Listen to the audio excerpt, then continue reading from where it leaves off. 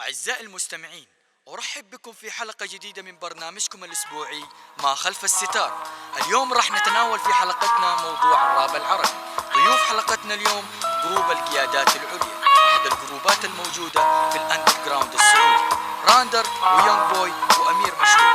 أخ راندر، أحب أوجه لك سؤالي الأول: ليش إلى الآن أمثالك من الرابرز لم يجدوا الدعم؟ قالوا رابك ما يناسب الذوق العام، واسي الإعلام قالوا سيب الدق وعيب يحبك اللحام. قالوا وسي الحق تنفيه، يعني إحساس قلبي صادق لازم إني أكذب فيه. مسكت العقد عيني جات على خامس بند، قالوا سيب الحق ظاهر ما يعرفوا مين الرند. أنا اللي قلت جسمي ينسجن وعقلي يبقى حر، لجل كذا بعت الطرب واشتريت الراب الحر. يبوني أقول كلام يسر والواقع أصلا مر، يبوني أدي الناس الشامي واقنعهم إنه بر. بعيد عن الإحراج لك إنتاج إخراج، بس تسمع الكلام وتمشي على حسب المزاج. يا بالله موراندر اللي تشتري بشيك، شيل العقد والساحة ترى مليانة بفيك. أنا راندر رمز الأندر اتذكر اسمي، لهذه الأسباب مستحيل تشوف لي ألبوم رسمي. كلام جميل من راندر. سؤالي الثاني حيكون موجه ليونج بوي. تقدر تقول لنا إيش هي الطريقة الأمثل لتوقيع عقد فني مع شركة إنتاج في الوقت الحالي؟ تبغى توقع عقد مع شركة، خذ مني أول درس حب النفس وانسى خيان الأمس. مبدأ كبتريل مبدأ خاطئ، ما بتفلح خليك ختيل. أدب أمورك تنجح.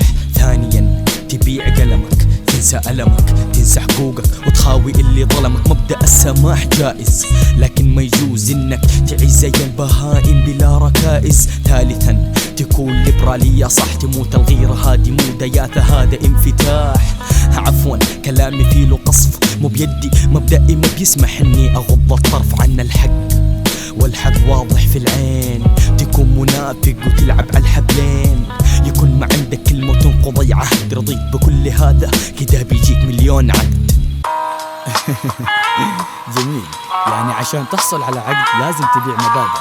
طيب معانا عبر الهاتف الرابر أمير مشهور. أمير، أنت إيش رأيك في الموضوع؟ أنا أمير، رفضت أكون أداة للتخدير بدون ضمير. رفضت مجتمع يحارب التغيير وجود حمير. رفضت أكون أداة تمرير، أردت أكون مواطن أعاتب على التقصير. فخور بنفسي والأبواب مؤصدة، من أيقظ البركان في أوقده. من قومه، من قوى على الحق أفهمه. عبث ولا نتاج البحث في الليالي المؤتمة عن الحقيقة. تحتاج طريقة في درب الضيقة، أعاك رابي قبل تسويقه.